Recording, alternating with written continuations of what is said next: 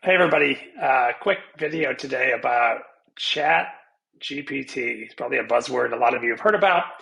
And I want to come at it from a marketing perspective. I've started playing with it, started using it, kind of thought it was probably a bunch of BS at the beginning because I've tried a bunch of other AI types of things and it really didn't really change my work very much. But this functionality actually is really cool and can do some things that really are helpful for us as marketers. So I want to go through a few of the use cases of how it can be used now and maybe a little bit about where it's going.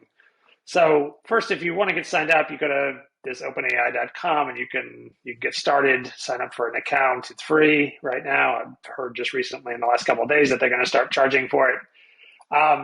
And then you're in, and you can basically type in questions and get feedback and start playing with it. It's really intuitive. You use it just like any chat functionality.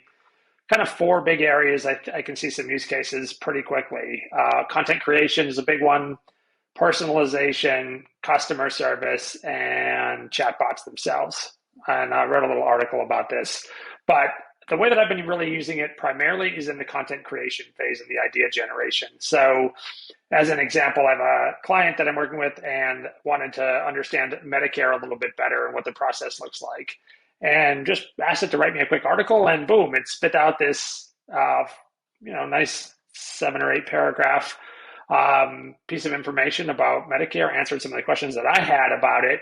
And it's something that I could actually use in pieces or maybe even bigger chunks of it for actually writing an article that I might want to write for a blog. So a lot of the time for me, getting started can be a hard part. So getting that first start on the blog post, it's not going to give you finished copy most of the time, but it is very conversational. And I think that's the biggest difference with this functionality is that you can look at it and be like, this seems like it was written by a human and is logically put together. And that's very different than how I've used the other AI software that's been out there. The other applications have been like product description. So I want to write a product description that is concise, but also has clear benefits. Can be a really great way to get started. Social media posts, really useful way to get some copy started and get some copy flowing there. Email subject lines, email bodies, it's a big part of the strategies that I work with on a regular basis. How do we use email? What types of copy would work well? How does it flow together? Landing pages is really big, coming up with different types of headlines and benefits. Research like this Medicare piece that I was putting together, doing some research and white paper types of generation. Scripts for videos, podcasts can really be nice conversational copy. So that's really where I've been using it lately. You can come up with here's a Facebook post that I kind of created above that.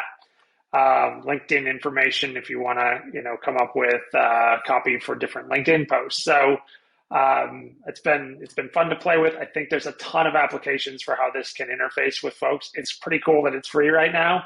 I hope that it stays that way in some way, shape, or form. But I also understand this error at the top where there's been a lot of high demand, and sometimes the system seems to go down and crash a bit. So hang tight with it. It is a little bit slow sometimes. But a lot of these things, it's responsive to still. So hopefully they scale it and you all get some benefits out of what it's doing right now and how you can use that for your marketing work.